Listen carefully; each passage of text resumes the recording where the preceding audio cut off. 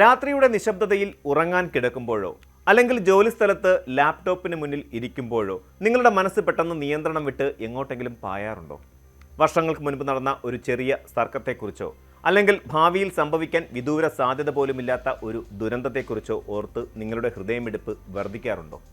ചിന്തിക്കുക എന്നത് മനുഷ്യ സഹജമായ ഒരു പ്രക്രിയയാണ്. നമ്മുടെ ബുദ്ധിയുടെയും സർഗാത്മകതയുടെയും അടിസ്ഥാനവും അതുതന്നെയാണ്.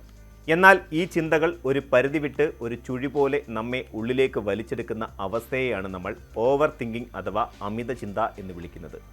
ഇന്ന് ഇത് വെറുമൊരു മാനസികാവസ്ഥ മാത്രമല്ല, മറിച്ച് ഒരു വലിയ സാമൂഹിക പ്രശ്നമായി തന്നെ മാറിയിരിക്കുകയാണ്. പുതിയ സർവേ റിപ്പോർട്ടുകൾ നൽകുന്ന കണക്കുകൾ നമ്മെ അക്ഷരാർത്ഥത്തിൽ ഞെട്ടിക്കുന്നതാണ്. ഇന്ത്യയിലെ പ്രധാന നഗരങ്ങളിൽ താമസിക്കുന്നവരിൽ 81% പേരും അമിത ചിന്തയുടെ പിടിയിലാണെന്നും ഇവർ ദിവസത്തിൽ ചുരുങ്ങിയത് 3 മണിക്കൂർ സമയമെങ്കിലും ഇങ്ങനെ വെറുതെ ഇരുന്ന് ചിന്തിച്ചു കൂട്ടാൻ വേണ്ടി മാത്രം കളയുന്നുണ്ടെന്നുമാണ് പഠനങ്ങൾ വ്യക്തമാക്കുന്നത്. ഒരു പ്രശ്നം പരിഹരിക്കുന്നതിനായി ചിന്തിക്കുന്നതും അമിതമായി ചിന്തിക്കുന്നതും തമ്മിൽ വലിയ വ്യത്യാസങ്ങളുണ്ട്. പ്രശ്നപരിഹാരത്തിനായുള്ള ചിന്തകൾ കൃത്യമായ ഒരു തീരുമാനത്തിലേക്കും അവിടെ നിന്ന് ഒരു പ്രവൃത്തിയിലേക്കും നമ്മെ നയിക്കുന്നു.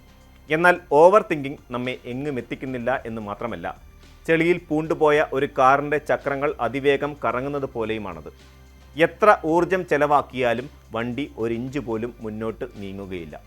നടന്നു കഴിഞ്ഞ കാര്യങ്ങളെക്കുറിച്ചോർത്ത് സങ്കടപ്പെടുകയോ അല്ലെങ്കിൽ നടക്കാൻ പോകുന്ന കാര്യങ്ങളെക്കുറിച്ചോർത്ത് വേവലാതിപ്പെടുകയോ ചെയ്യുന്ന 2 രീതികളാണ് അമിത ചിന്തയിൽ പ്രധാനമായും കാണപ്പെടുന്നത്. ഞാൻ അങ്ങനെ പറയരുതായിരുന്നു, അവർ എന്നെക്കുറിച്ച് എന്ത് വിചാരിച്ചിട്ടുണ്ടാകും, നാളത്തെ ഇൻ്റർവ്യൂവിൽ എനിക്ക് ഉത്തരം പറയാൻ കഴിഞ്ഞില്ലെങ്കിൽ എന്ത് സംഭവിക്കും തുടങ്ങിയ ചോദ്യങ്ങൾ മനസ്സിൽ ഒരു ലൂപ്പ് പോലെ ആവർത്തിച്ചു കൊണ്ടേയിരിക്കും. ഈ ചിന്താ പ്രക്രിയ നമ്മെ മാനസികമായി തളർത്തുകയും യാഥാർത്ഥ്യത്തിൽ നിന്ന് അകറ്റുകയും ചെയ്യുന്നു. ഒരു ദിവസം 3 മണിക്കൂർ ഇങ്ങനെ നഷ്ടപ്പെടുത്തുന്നു എന്ന് പറയുമ്പോൾ ഒരു വർഷം നമ്മൾ നമ്മുടെ ജീവിതത്തിൽ നിന്ന് ഇല്ലാതാക്കുന്നത് 1 മാസത്തിലധികം സമയമാണ് എന്നത് ഇതിൻ്റെ ഭീകരത വ്യക്തമാക്കുന്നു. എന്തുകൊണ്ടാണ് ഇന്ത്യക്കാരിൽ, പ്രത്യേകിച്ച് നഗരവാസികളിൽ ഈ പ്രവണത ഇത്രയധികം കാണപ്പെടുന്നത് എന്ന ചോദ്യം വളരെ പ്രസക്തമാണ്. ഇതിനുള്ള ഉത്തരം നമ്മുടെ സാമൂഹിക സാംസ്കാരിക ചുറ്റുപാടുകളിൽ തന്നെയാണ് ഒളിഞ്ഞിരിക്കുന്നത്. ചെറുപ്പം മുതൽ തന്നെ കടുത്ത മത്സരബുദ്ധിയോടെ വളർത്തപ്പെടുന്നവരാണ് നമ്മളിൽ ഭൂരിഭാഗം പേരും. സ്കൂളിലെ മാർക്കുകൾ, എൻട്രൻസ് പരീക്ഷകൾ, ഉയർന്ന ശമ്പളമുള്ള ജോലി എന്നിങ്ങനെ പ്രതീക്ഷകളുടെ വലിയൊരു ഭാരവുമായാണ് ഓരോ വ്യക്തിയും സമൂഹത്തിലേക്ക് ഇറങ്ങുന്നത്. ഇതിനൊപ്പം നാട്ടുകാർ എന്തു പറയും എന്ന നിരന്തരമായ ഭയം നമ്മയുടെ തീരുമാനങ്ങളെ എപ്പോഴും സ്വാധീനിക്കുന്നു. സ്വന്തം ഇഷ്ടാനിഷ്ടങ്ങളെക്കാൾ മറ്റുള്ളവരുടെ മുന്നിൽ എങ്ങനെ വിലയിരുത്തപ്പെടുന്നു എന്നതിന് പ്രാധാന്യം നൽകുന്ന ഒരു സമൂഹത്തിൽ ജീവിക്കുമ്പോൾ സ്വാഭാവികമായും ആളുകൾ ഓരോ ചെറിയ കാര്യത്തെക്കുറിച്ചും അമിതമായി ചിന്തിക്കാൻ നിർബന്ധിതരാകുന്നു. ഇന്നത്തെ ഡിജിറ്റൽ യുഗം ഈ പ്രശ്നത്തെ കൂടുതൽ സങ്കീർണമാക്കുകയാണ് ചെയ്തിരിക്കുന്നത്. ഇൻസ്റ്റാഗ്രാമിലും ഫേസ്ബുക്കിലും മറ്റുള്ളവർ പങ്കുവയ്ക്കുന്ന അവരുടെ ജീവിതത്തിലെ ഏറ്റവും മികച്ച നിമിഷങ്ങൾ കാണുമ്പോൾ പലരിലും തങ്ങളുടെ ജീവിതം ഒന്നിനും കൊള്ളാത്തതാണെന്ന അപകർഷതാബോധം ഉണ്ടാകുന്നു. മറ്റുള്ളവർ വലിയ നേട്ടങ്ങൾ കൈവരിക്കുമ്പോൾ താൻ മാത്രം പിന്നിലാകുന്നു എന്ന തോന്നൽ, ഇതിനെ ഫോമോ എന്ന് പറയും, അതായത് ഫിയർ ഓഫ് മിസ്സിംഗ് ഔട്ട്. ചെറുപ്പക്കാരിൽ ഇത് വലിയ തോതിൽ മാനസിക സമ്മർദ്ദം സൃഷ്ടിക്കുന്നുണ്ട്. കോർപ്പറേറ്റ് ലോകത്തെ ജോലിയിൽ അരക്ഷിതാവസ്ഥയും സാമ്പത്തിക പ്രതിസന്ധിയും വർദ്ധിച്ചു വരുന്ന ജീവിത ചെലവുകളുമെല്ലാം ഇതെല്ലാം ചേരുമ്പോൾ ഒരു ശരാശരി ഇന്ത്യക്കാരൻ്റെ മനസ്സ് എപ്പോഴും എരിഞ്ഞുകൊണ്ടേയിരിക്കുന്ന ഒരു അഗ്നിപർവ്വതം പോലെയായി മാറുന്നു. അമിത ചിന്ത കേവലം മനസ്സിൽ ഒതുങ്ങുന്ന ഒരു പ്രശ്നമല്ല, അത് നമ്മുടെ ശരീരത്തെയും ഗുരുതരമായി ബാധിക്കുന്നുണ്ട്. ഒരു യഥാർത്ഥ അപകടം മുന്നിൽ കാണുമ്പോഴും മനസ്സിൽ ഒരു അപകടത്തെക്കുറിച്ച് സങ്കല്പിച്ച് ഭയക്കുമ്പോഴും നമ്മുടെ തലച്ചോർ ഒരേ രീതിയിലാണ് പ്രതികരിക്കുന്നത്. നിരന്തരമായി വേവലാതിപ്പെടുമ്പോൾ ശരീരത്തിൽ കോർട്ടിസോൾ പോലെയുള്ള സ്ട്രെസ് ഹോർമോണുകൾ വലിയ തോതിൽ ഉൽപ്പാദിപ്പിക്കപ്പെടുന്നു.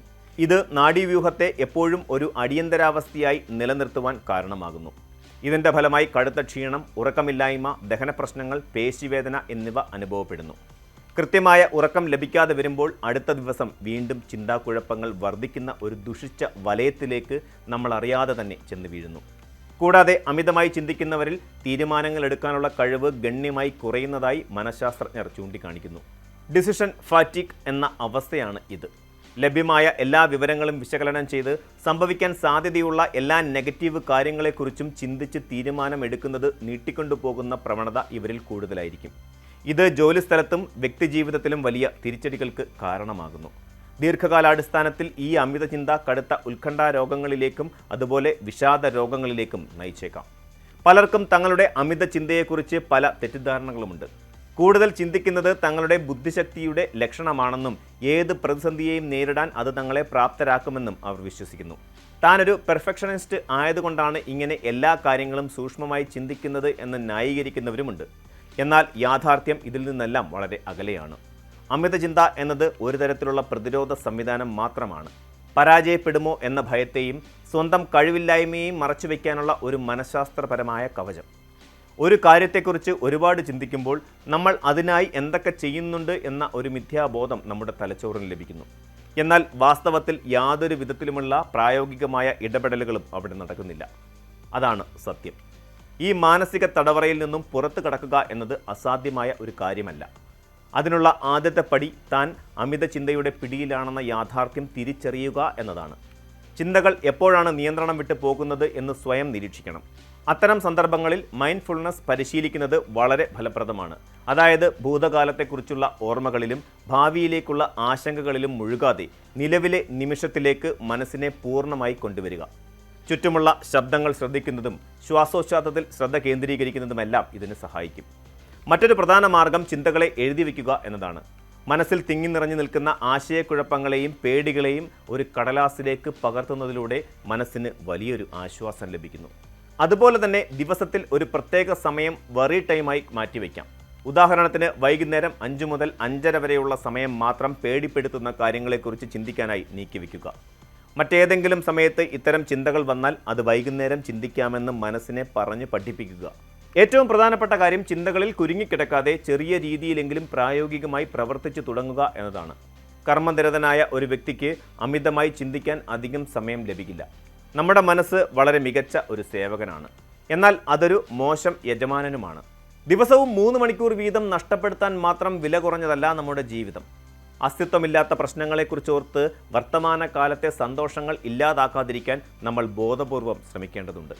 ചിന്തകളെ നിയന്ത്രിക്കാൻ തുടങ്ങുന്ന ആ നിമിഷം മുതലാണ് യഥാർത്ഥത്തിൽ നാം നമ്മുടെ ജീവിതത്തിൻ്റെ പൂർണ്ണ നിയന്ത്രണം ഏറ്റെടുക്കുന്നത്. കൂടുതൽ വാർത്തകൾക്ക് news 18 Keralam YouTube channel subscribe ചെയ്യുക.